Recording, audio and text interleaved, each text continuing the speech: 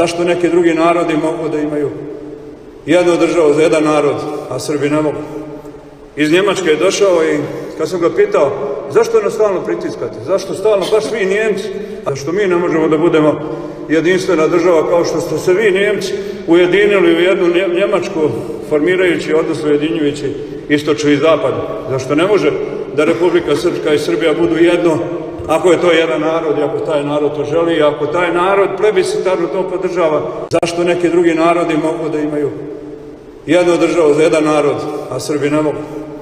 Iz Njemačke je došao i kad sam ga pitao zašto nas stalno pritiskate, zašto stalno baš vi Njemci, zašto mi ne možemo da budemo jedinstvena država kao što ste se vi Njemci ujedinili u jednu Njemačku formirajući, odnosno ujedinjujući istočnu i zapad, zašto ne može da Republika Srpska i Srbija budu jedno